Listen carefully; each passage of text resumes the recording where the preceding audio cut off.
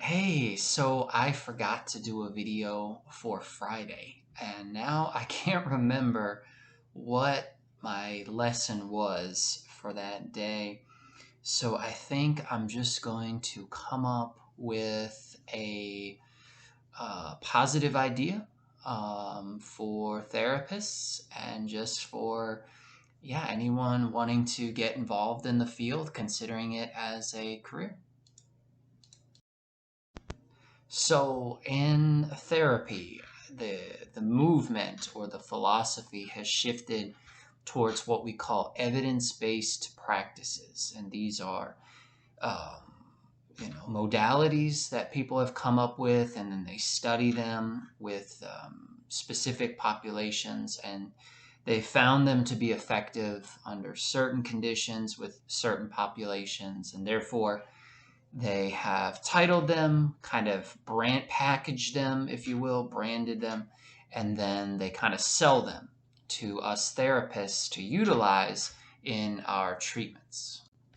So some of the most common ones, one is called dialectical behavioral therapy, or DBT.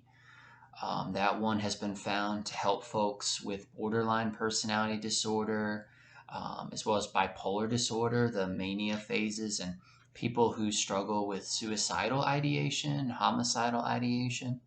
Another one is exposure therapy or prolonged exposure therapy, where a person is exposed to their traumas or memories of their traumas in an attempt to help them heal and grow from those horrific memories.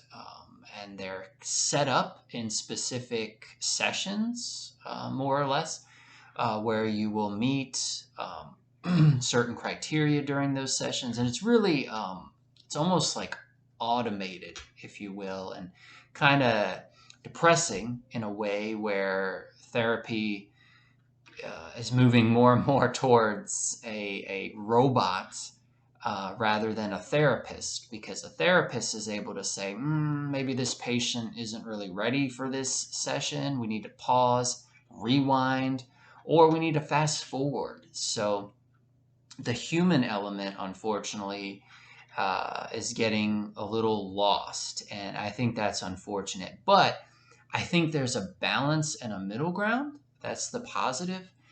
Evidence-based practices are good as a theory, a modality, but it's not good in a prescriptive dose where everything's micromanaged. Session one looks like this, session two looks like this, because everybody's different.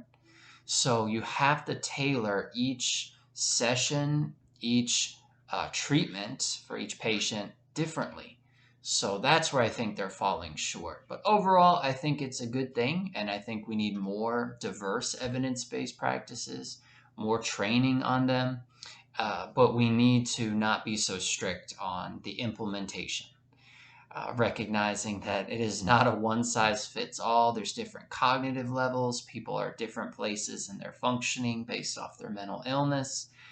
You never know. So there has to be that human element.